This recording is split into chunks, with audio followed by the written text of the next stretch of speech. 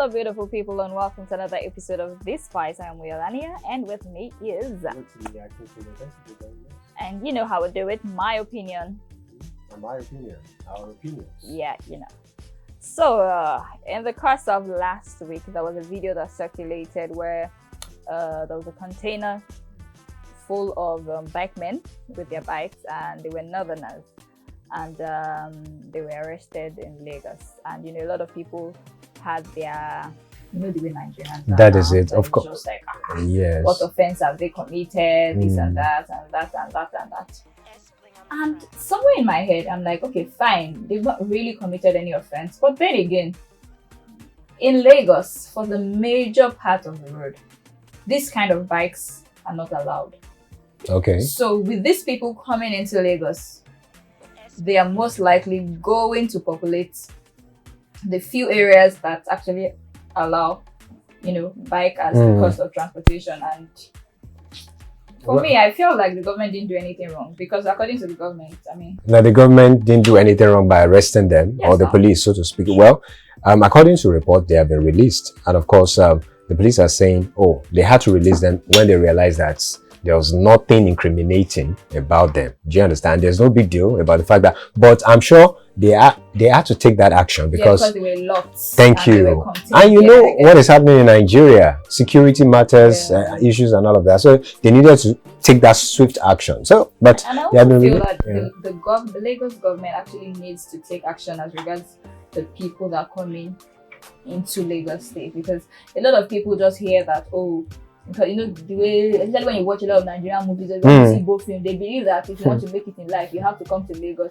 And so because of that, people just wake up one morning and be like, you know what, I'm going to Lagos. What do you expect? Do you think they will stop the number of people coming into Lagos? No, I think there can be a point where you can actually, for people that are coming for a proper work now, it's understandable. So you get employment and then you do this. But then again, when you're coming for businesses like Okada business, I mean, you can as well do your Okada business in any other state. It doesn't have to be. I totally disagree with you, and the fact that this is not Nigeria, Benin Republic, Nigeria, Togo, and all of that. You know, it's an interstate thing. But and there's movement. Concern as regards to population in Lagos. Fact, I'm even concerned. Accommodation. Okay. Lagos, when it comes to population accommodation, it's choking already. It is. And then some people, you know, all these Hausa people now, they can just sleep under the bridge. They can sleep anywhere. They can even sleep along the road. They will not really care.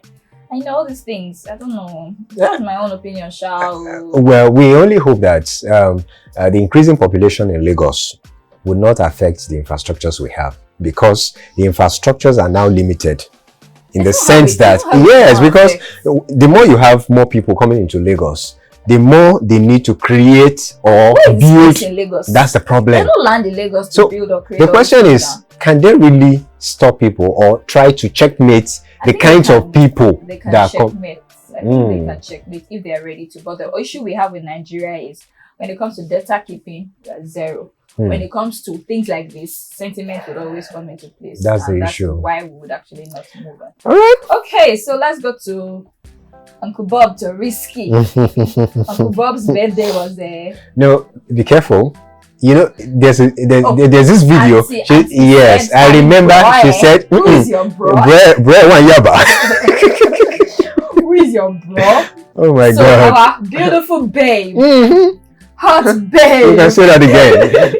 Had her birthday. Party. The party did not hold. Oh my. The over 19 million naira birthday budget. Pitiful. Was cancelled. Was annulled. Was annulled. It never allowed the election to hold. I'm telling you. And what the police said is that they got intelligence looking at the pedigree of that celebrant, that it could lead to immoral acts and all of that, and that alone could even encourage other young males to get into immoral acts. It was let me see, had to do from the Director General of the National Council for Arts and Culture, Otuba Olusegun Ushewe. Now there was that thing that Nigeria doesn't, culture-wise, moral-wise, Nigeria doesn't give room for cross-dressing. We're not Nigeria generally, I think Africa to a large extent is not in support of all this cross-dressers and stuff. And the man was saying that he's a threat to the upcoming ones because they can wake up tomorrow and decide that okay, they also want to be cross-dressers. Say if he wants to put that, they're not saying he should not be a cross-dresser, but he cannot do it in Nigeria. He should move to countries where those things are allowed. And in my head, I'm like, okay, this is not the year 1, this is not year 2, this is not Bobrisky's year 3, this is not Bobrisky's year 4. Where were they all the while when he had been in the process of his transition to the time that he became full-blown? Where were they? And this is not the first time we'll be talking about Bobrisky. I don't get, like, so where were they quiet all the while? Why did they have to wait for the time where it was his birthday party? I mean, he has invested, so even though I don't know where the 19 million naira is coming from, no, but then there's that, we'll just follow him and say that's 19 million naira. But then, like, I feel that they were just being, government was being petty. They were being petty. They really... You think they're not doing their job? No, I'm saying that regardless of the fact that they didn't take action when it all started, when, you know, the year 1, year 2 and all that, even when he was in the university, the fact that they didn't take action at that time does not mean they're not doing their job. I'm not saying they're not doing it. What I'm saying is they didn't necessarily have to wait for his birthday party. For this time, okay. They could have done it before when there was intel that he was planning for it, or, you know, they could have made it public. They didn't even have to address it. Like, they could have just released a public notice. This is to tell the general public that something, whatever his name, Idris, blah blah blah blah blah, he's not accepted in Nigeria as a cross-dresser. If he's not, what if they had written a letter to him?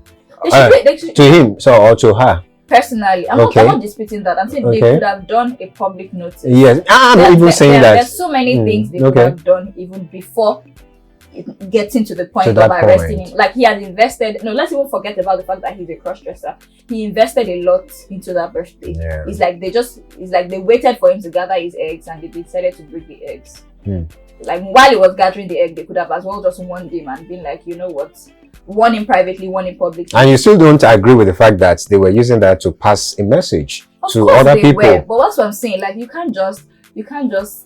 I feel that they could have warned him privately, warned him publicly.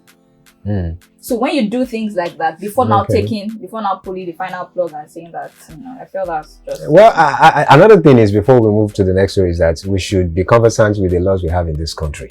That is it. Yes, the prohibition, whether same-sex prohibition act and all of that. Just get accustomed so that when something happens like this, you won't be like, oh. Are we saying that Bobrisky doesn't have sponsors as in big men in this country that are rich? When you make that noise, you'll be known and you'll be arrested. Sponsored. No. Okay, so let's move to DJ Arafat. DJ Arafat had an accident on his motorbike and he eventually died. Davido performed in a stadium and it was crazy. Now DJ Arafat was buried and his corpse was exhumed. And we think we have craze in Nigeria, but when I saw that video, I knew that the people of Ivory Coast, they are crazy. You see, I think Nigeria will just make noise. Those ones, they are crazy cases underground crazy. But what tells you that Nigerians can't do that too? But Nigerians are very petty, very sentimental. They say, and they can be scared. They can get scared easily. Yes.